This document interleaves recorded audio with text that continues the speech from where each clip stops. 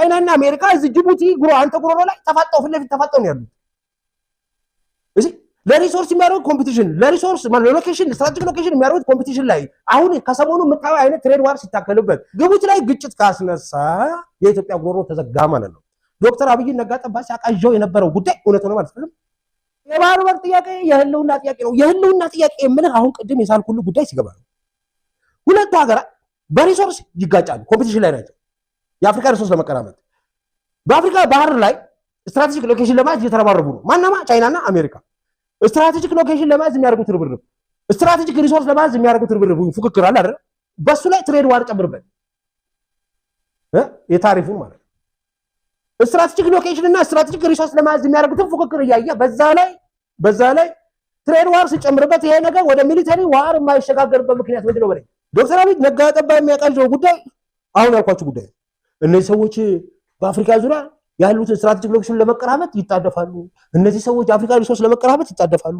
እነዚህ ሰዎች በትሬድ ዋር ኮምፒቲሽን ገብተው ያው በአንድ ሳምንት ውስጥ የሚሰራቸውን አሳጥተው አንደኛው 84% ታሪፍ ይላል፣ አንደኛው 125% ታሪፍ። ይሄ ግብ ሄዶ ድብድብ ያስነሳ። ድብድቡ የት ጋር የሚጀምረው? ጅቡቲ ላይ ያሉት አያ ጅቦ ይሄንን ድብድብ ማስቆም ይችላሉ ወይ? የታሉ? ምንም የሉም እኮ ሰው ምን አገር ናት ጅቡቲ?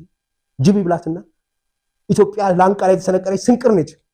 አየህ እንደዚህ ያለ ሀገር አይፈጠርም። ምን ለዚህ እኮ ጅቡቲ ላይ እንት አሜሪካና ቻይና ድንገት ግጭት ውስጥ ቢገቡ ኧረ ተው ይሄ ሰው ሀገር ነው ብላ የምትል እኮ ሀገር የለም። ሀገር ሳትሆን ሀገር ለመሆን አታትር። ምን ለዚህ የብሔራዊ ደህንነት ምክር ቤቱ መግለጫ ስትሬስ ያደረገበት ነገር አንዱ ዋናው መጨረሻ ያስቀምጠው የባህር በር ጥያቄያችን አሁን ባለበት ግለት መቀጠል አለበት የምትልቻ ያለ ነው። ወንድም ኤርትራውያን ብለህ ዘረኝነት ከእናንተ ነው የተማርነው ነው ወንድም።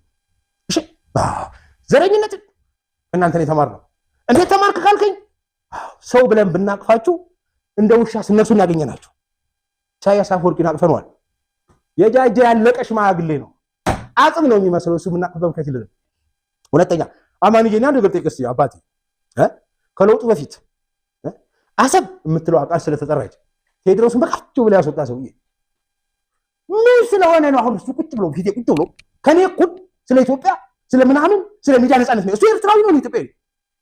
እኛ መለስ ዜናዊ የሚባል ባንዳ ተጻፉብን ነው። ስብሐት ነጋ የሚባል ባንዳ ተጻፉብናል። እኛ በረከት ስምኦን የሚባል ቆሻሻ ሰውዬ ተጻፉብናል በነፍስ ስጋችን። እኛ እንደ ሻለቃ ዳዊት ያለ ባንዳ እኛ በቁማችን ሸጧል። ይኸውልህ ፍስሐ አንድ ነገር አማን አንገር ልንገር አንዳርጋቸው ጽጌ የሚባል ሰውዬን አምነን ተቀብለን ይኸው በቁማችን ሸጠው ባንዳነቱ አልቁብናል።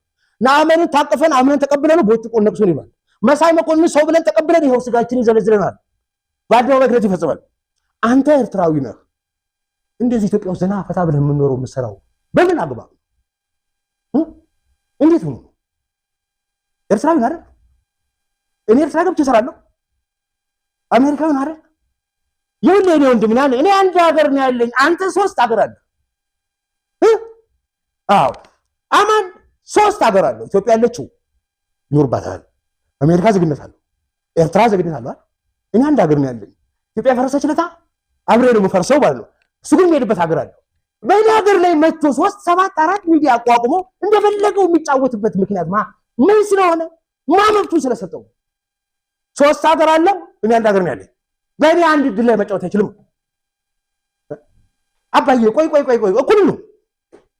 በታሪክ አጋጣሚ ኢትዮጵያውኛ ነው አንተ ኤርትራዊ አላ ደሞን ያልሰጠውም አንተ ነው ኤርትራዊ ነው ብሬከው ዘመድ አዝማዴ ነው። አባትህ በወሰነው ውሳኔ መገዛት ግዴታ አለባዬ፣ ግዴታ አለብህ።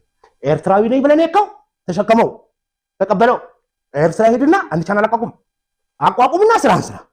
እዛ ጋር እንግባባለን። እዛ ኢትዮጵያ ውስጥ ካቋቋማቸው 4 ቻናሎች አንዱ ቻናል ኤርትራ ውስጥ ስታቋቁም ለሚዲያ ነፃነት፣ ለሰው ልጅ እኩልነት ለምናምን እንደምሰራ እናውቃለን። ኢትዮጵያ ጓዳ ውስጥ እያንዛረጥክ ግን የኤርትራ ፕሮፓጋንዳ ማራመዳቸው ይጥያቄ ያልከው ሁሉ እንዳልሆነ ይኸውልህ። ልክ እንዳንተ ነበር የሚያወራው መሳይ መኮንንም፣ ልክ እንዳንተ ነበር ፋሲል መኮንን የናል የሚያወራው፣ ልክ እንዳንተ ነበር እንትና የሚያወራው ማን ነው አንዳርጋቸው ጽጌ።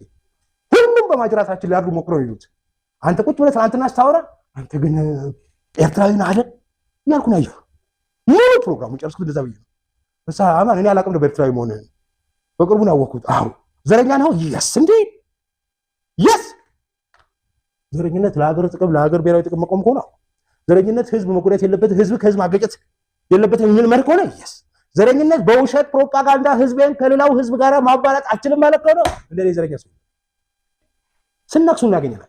ምን ስለሆነ ነው አሁን እሱ ቁጭ ብሎ ፊቴ ቁጭ ብሎ ከኔ እኩል ስለ ኢትዮጵያ ስለ ምናምን ስለ ሚዲያ ነፃነት ነው። እሱ ኤርትራዊ ነው ኢትዮጵያዊ። ሶስት ሀገር አለው እኔ አንድ ሀገር ነው ያለኝ። በእኔ አንድ ድል ላይ መጫወት አይችልም። አባዬ ቆይ እኩል ነው።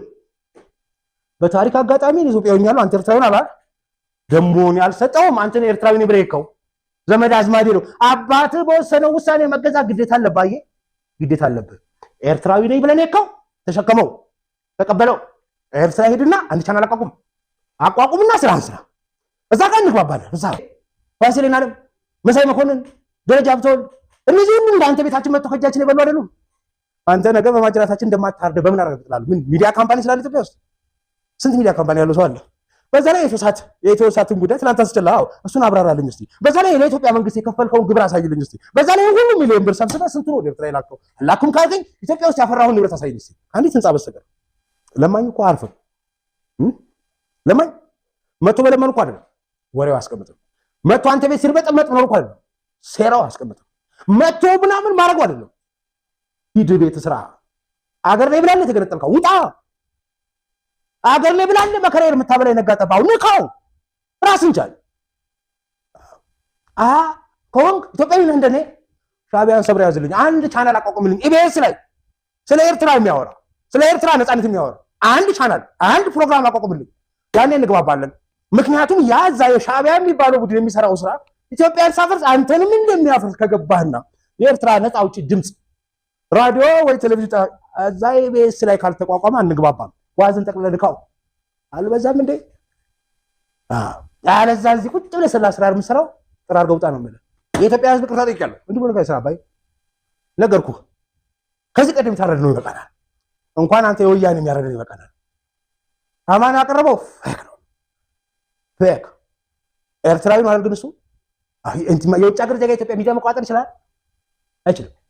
በረከሱን ያመጣ አይደለም በሱ ምን ይገባው አይደለም ልንግባባ አንችልም። ያለ ሁለተኛ እንደው ለስንት ዓመት የገነባውት ስምና ዝና አባዬ በምን አማንዬ በየትኛው ዘር ምን ሰርተህ እስቲ በኢትዮጵያ ሚዲያ ውስጥ ያበረከትከው ከግብረ ምንድነው የጋጦጥነትና መሞላፈጥ በዘለለ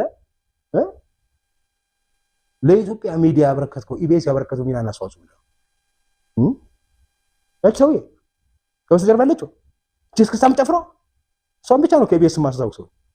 ኢቢኤስ ላይ እዚህ ገባ የሚባል የረባ ስራ ተሰርቶ በማህበረሰብ በቃ እስቲ በሃይማኖት በኩልነት በመቻቻል በኢትዮጵያዊነት ስለበረከትከው እዚህ ግባ የሚባል ሰው ነገር ነው። ወቅታዊ መረጃዎች ቶሎ እንዲደርሳችሁ ቻናሉን ላይክ እና ሰብስክራይብ በማድረግ ይከታተሉ።